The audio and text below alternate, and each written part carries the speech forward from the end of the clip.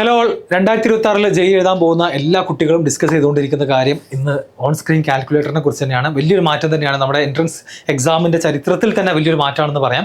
കാരണം ഇത്രയും കാലം ഓൾമോസ്റ്റ് എല്ലാ എൻട്രൻസ് എക്സാമുകളും എടുത്ത് നോക്കിക്കഴിഞ്ഞാലും അവിടെ കുട്ടികളുടെ ആ ഒരു പ്രോബ്ലം സോൾവിങ് സ്കിൽസ്, അവരുടെ ഒരു മാത്തമാറ്റിക്കൽ എബിലിറ്റി, ഈവൻ ഫാസ്റ്റായിട്ട് കാൽക്കുലേറ്റ് ചെയ്യാനുള്ള എബിലിറ്റി അടക്കം കൺസിഡർ ചെയ്തുകൊണ്ടാണ് റിസൾട്ടുകൾ ഉണ്ടായിട്ടുള്ളത്.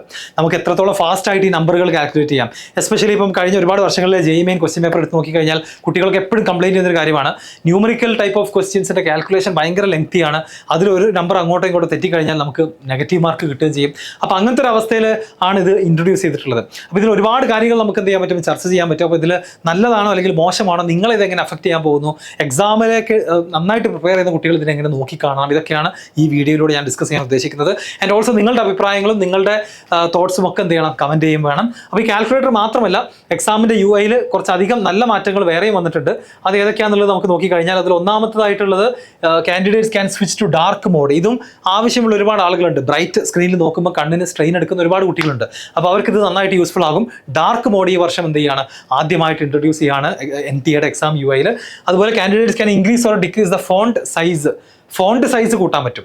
ഫോണ്ട് സൈസ് കൂട്ടുമ്പോൾ തന്നെ ഓവറോൾ മൊത്തം ക്വസ്റ്റ്യൻ വലുതായിട്ട് നമുക്ക് എന്താണ് നമ്മുടെ മുന്നിലേക്ക് അപ്പിയർഡ് ആകും. അത് വലിയൊരു അഡ്വാൻറ്റേജ് തന്നെയാണ്. കേഴ്സർ ടെയിൽ, നമ്മുടെ മൗസ് പോയിന്റർ ഇങ്ങനെ മൂവ് ചെയ്യുന്ന സമയത്ത് അതിൻ്റെ ഒരു ടെയിൽ ഇങ്ങനെ പിന്നാലെ മൂവ് ചെയ്യുന്ന പോലെ നമുക്ക് എന്ത് ചെയ്യാം, കാണാൻ പറ്റും. കുറച്ചുകൂടെ നമ്മൾ മൗസ് പോയിന്റർ എവിടെയാണെന്നുള്ളത് ഒരു കോൺഷ്യസ് ആകാൻ വേണ്ടിയിട്ടായിരിക്കാം. അൺനെസസറി ആയിട്ട് ക്ലിക്കുകളൊക്കെ ഒഴിവാക്കാൻ ഹെൽപ്പ് ചെയ്തേക്കാം. അതുപോലെ തന്നെ കേഴ്സറിൻ്റെ സൈസ് നമുക്ക് ചൂസ് ചെയ്യാനുള്ള ഓപ്ഷൻസ് വരും. ഇങ്ങനെ ഒരുപാട് ആക്സസിബിലിറ്റി ഓപ്ഷൻസ് ഇത്തവണ NTA എക്സാം UI കൊണ്ടുവന്നിട്ടുണ്ട്. ഇത് കൂടാതെ തന്നെ സ്ക്രീൻ മാഗ്നിഫയർ, നേരത്തെ ഞാൻ പറഞ്ഞ ഫോണ്ട് സൈസ് ഇൻക്രീസ് ചെയ്യുന്നത് കൂടാതെ ആസ് എ ഹോൾ സ്ക്രീൻ മൊത്തത്തിൽ നമുക്ക് എന്ത് ചെയ്യാം, മാഗ്നിഫൈ ചെയ്യാനുള്ള ഓപ്ഷനും വന്നിട്ടുണ്ട്. ഏതെങ്കിലും ഒരു സെൻറ്റൻസോ അല്ലെങ്കിൽ ഒരു വേർഡോ അല്ലെങ്കിൽ ഒരു പിക്ചറോ ഡൗട്ട് ഉണ്ടെങ്കിൽ, കാണാൻ പറ്റുന്നില്ല എന്നുണ്ടെങ്കിൽ നിങ്ങൾക്ക് സൂം ചെയ്ത് നോക്കാനുള്ള ഓപ്ഷൻ ഇൻബിൽട്ട് ആയിട്ട് വന്നിരിക്കുകയാണ്. അപ്പോൾ ഇതൊക്കെ നല്ല മാറ്റങ്ങളാണ്. ഇനി അടുത്ത മാറ്റമാണ് നമ്മൾ എപ്പോഴും ആലോചിക്കുക അല്ലെങ്കിൽ ഏറ്റവും കൂടുതൽ ഡിസ്കസ് ചെയ്യപ്പെടുന്നത്, ഇതിൻ്റെ ഒരു ഇമ്പാക്ട് എന്തായിരിക്കും, കാൽക്കുലേറ്റർ ആഡ് ചെയ്യുന്നതോടുകൂടി എന്താണ് സംഭവിക്കുക. അപ്പോൾ ഇത് ആഡ് ചെയ്തു എന്ന് കേട്ടപ്പോൾ തന്നെ മെജോറിറ്റി ഓഫ് ദ കുട്ടികളും പാരൻസും എല്ലാവരും എന്താണ് ഒരു റിലാക്സ്ഡ് ആയി അല്ലെങ്കിൽ ഹാപ്പി ആകുകയാണ് ചെയ്തിട്ടുള്ളത്. ബിക്കോസ് ഒരുപാട് ലെങ്തി കാൽക്കുലേഷൻസും ടീഡിയസ് ആയിട്ടുള്ള ഒരുപാട് കാൽക്കുലേഷൻസും എല്ലാ വർഷവും വരാറുണ്ട്. ഞാൻ പറഞ്ഞ പോലെ തന്നെ ന്യൂമറിക്കൽ വാല്യൂലൊക്കെയാണ് ഇത് വരാറുള്ളത്. മാത്സിൽ വരാറുണ്ട്, ഫിസിക്സിലുണ്ട്, കെമിസ്ട്രിയിലുണ്ട്. ഇപ്പോൾ മാത്സ് ഫിസിക്സ് എടുക്കുകയാണെന്നുണ്ടെങ്കിൽ മോഡേൺ ഫിസിക്സിലും മറ്റൊക്കെ ഇതുപോലത്തെ ഒരുപാട് കാൽക്കുലേഷൻസ് നമ്മുടെ ചാപ്റ്റേഴ്സിൽ കാണാറുണ്ട്. ഫിസിക്കൽ കെമിസ്ട്രിയിൽ ഉണ്ടാവും. അതുപോലെ മാത്തമാറ്റിക്സിലാണെങ്കിൽ കോണിക് സെക്ഷൻസ് ആവട്ടെ, ഇതിലൊക്കെ ഉണ്ടാവാറുണ്ട്. അപ്പോൾ അതൊക്കെ നമുക്ക് എന്താ ചെയ്യാം, ആ ഫൈനൽ ഒരു 2 or 3 സ്റ്റെപ്സ് മുഴുവൻ ആക്യുറേറ്റ് ആയിട്ട് എന്നുള്ളതാണ് ഏറ്റവും പ്രധാനമായിട്ട്. നമ്മൾ മറ്റേത് അപ്രോക്സിമേറ്റ് ചെയ്ത് അതിൻ്റെ ആൻസറിലേക്ക് എത്തണമായിരുന്നു. ഇത് അതിൻ്റെ ആവശ്യമില്ല, കറക്റ്റ് ആയിട്ടുള്ള വാല്യൂസ് കിട്ടും. കാൽക്കുലേറ്റർ എന്ന് പറയുമ്പോൾ അതിൽ ബേസിക് ആയിട്ടുള്ള അഡീഷൻ, സബ്ട്രാക്ഷൻ, ഡിവിഷൻ, മൾട്ടിപ്ലിക്കേഷൻ മാത്രമല്ല, നമുക്ക് റെസിപ്രോക്കൽ പെട്ടെന്ന് തന്നെ കണ്ടെത്താം, പെർസെൻറ്റേജ് കണ്ടെത്താം, സ്ക്വയർ റൂട്ട് കണ്ടെത്താം. ഇത്രയും ഓപ്പറേഷൻസ് ആണ് ഇതിൽ റെഡിമെയ്ഡ് ആയിട്ട് അവൈലബിൾ ആയിട്ടുള്ളത്.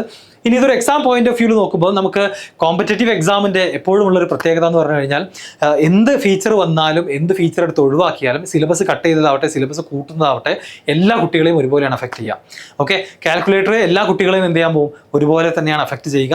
അതുകൊണ്ട് പ്രത്യേകിച്ച് ഒരാൾക്ക് മാത്രമായിട്ട് എന്ത് ചെയ്യാൻ പോകുന്നില്ല, 2 ആൾക്കോ 3 ആൾക്കോ മാത്രമായിട്ട് അഡ്വാൻറ്റേജ് ഒന്നും കിട്ടാൻ പോകുന്നില്ല. എന്നാൽ പോലും നമുക്ക് ഓവറോൾ നോക്കുകയാണെന്നുണ്ടെങ്കിൽ, കഴിഞ്ഞ വർഷത്തെ ക്വസ്റ്റ്യൻ പേപ്പറിൽ സപ്പോസ് കാൽക്കുലേറ്റർ അലൗഡ് ആണെന്നുണ്ടെങ്കിൽ നമുക്ക് ഒരുപാട് ക്വസ്റ്റ്യൻസ് എന്ത് ചെയ്യാൻ പറ്റും, പെട്ടെന്ന് സോൾവ് ചെയ്യാൻ പറ്റും. ഈവൻ മാത്തമാറ്റിക്സിലെ പല ക്വസ്റ്റ്യൻസും, ഇപ്പോൾ ഒരു സീരീസിൻ്റെ ക്വസ്റ്റ്യൻ വരികയാണ്, 1² + 2² എന്നൊക്കെ പറഞ്ഞിട്ട് അപ് ടു 15 ടേംസിൻ്റെ എന്താണ് ഒരു സീരീസ് ക്വസ്റ്റ്യൻ ഒക്കെ വന്നു കഴിഞ്ഞാൽ അതിനെ റിലേറ്റ് ചെയ്ത് വരുന്ന ക്വസ്റ്റ്യൻസ് ഒക്കെ നമുക്ക് എന്ത് ചെയ്യാൻ പറ്റും, അതിൻ്റെ അബ്സല്യൂട്ട് നമ്പേഴ്സ് എടുത്തുകൊണ്ട് ചിലപ്പോൾ കാൽക്കുലേറ്റ് ചെയ്യാൻ പറ്റും. അപ്പോൾ ഇതിൻ്റെ ഒരു ഇംപ്ലിക്കേഷൻ എന്ന് പറയുന്നത്, നമുക്ക് ലെങ്തി കാൽക്കുലേഷൻസ് ഉപയോഗിക്കാൻ പറ്റുമെന്നുള്ളത് മാത്രമല്ല, പല ടൈപ്പ് ഓഫ് ക്വസ്റ്റ്യൻസും ഇനി ചോദിക്കാൻ കഴിയില്ല. ഡയറക്ട്ലി നമ്പർ സബ്സ്റ്റിറ്റ്യൂട്ട് ചെയ്തിട്ട് ചെയ്യാൻ പറ്റുന്ന മാത്തമാറ്റിക്സിലെ പല ക്വസ്റ്റ്യൻസും ഇനി എന്ത് ചെയ്യാൻ കഴിയില്ല, ചോദിക്കാൻ കഴിയില്ല എന്നുള്ളതാണ് ഇതിൻ്റെ മറ്റൊരു ഇംപ്ലിക്കേഷൻ. ആൻഡ് ഓൾസോ നമ്മൾ നോക്കുകയാണെന്നുണ്ടെങ്കിൽ, എൻട്രൻസ് എക്സാമുകളിൽ പൊതുവേ നമ്മളെപ്പോഴും കുട്ടികളുടെ ആ ഒരു എബിലിറ്റിയെ ടെസ്റ്റ് ചെയ്തതാണ് വർഷങ്ങളായിട്ട്, ചരിത്രത്തിൽ മുഴുവൻ അങ്ങനെയാണ്. അതിലൊരു മാറ്റം വരാൻ പോവുകയാണ്. ഇനിയിപ്പോൾ ആ ഒരു ഫൈനൽ 2 സ്റ്റെപ്പിലെ ലെങ്തി കാൽക്കുലേഷൻ സ്ലോ ആയിട്ടുള്ള ആളുകൾക്ക് ബേസിക്കലി എന്താണ്, ഇതൊരു അഡ്വാൻറ്റേജ് തന്നെയാണ്. എന്നാൽ അത് ഫാസ്റ്റായിട്ട് അപ്രോക്സിമേറ്റ് ചെയ്തിട്ട് കറക്റ്റ് വാല്യൂയിൽ എത്തുന്ന ഒരു സ്പെഷ്യൽ സ്കില്ലുള്ള കുട്ടികൾക്ക് ആ ഒരു അഡ്വാൻറ്റേജ് മേ ബി നഷ്ടപ്പെടുകയാണെന്ന് നമുക്ക് പറയാം. ആൻഡ് ഇതിനെതിരെയുള്ള റെസ്പോൺസസ് വരുന്നേ ഉള്ളൂ. ഇനി എന്തെങ്കിലും റീസൺ കൊണ്ട് ഇത് റിമൂവ് ചെയ്യുമോ എന്നുള്ളത് നമുക്കറിയില്ല. എന്തായാലും ഒഫീഷ്യലി ബ്രോഷറിൽ പറഞ്ഞ കാര്യമാണ്. അപ്പോൾ ഉണ്ടാകും എന്ന് തന്നെ നമുക്ക് എന്ത് ചെയ്യാം, പ്രതീക്ഷിക്കാം. ഇനി ഈ ഒരു കാൽക്കുലേറ്റർ ഇൻട്രൊഡക്ഷൻ്റെ മറ്റൊരു സൈഡ് നമ്മൾ ഡിസ്കസ് ചെയ്യുകയാണെന്നുണ്ടെങ്കിൽ പൊതുവേ നമ്മൾ കാണുന്ന ഒരു കാര്യം ഇപ്പം കാറ്റ് എക്സാമിന് കാൽക്കുലേറ്റർ അലൗഡ് ആണ്. അതുപോലെ ബിടെക്കിൽ നിങ്ങൾ കോളേജിൽ പഠിക്കുന്ന സമയത്തുള്ള എല്ലാ എക്സാംസിനും കാൽക്കുലേറ്റേഴ്സ് അലൗഡ് ആണ്.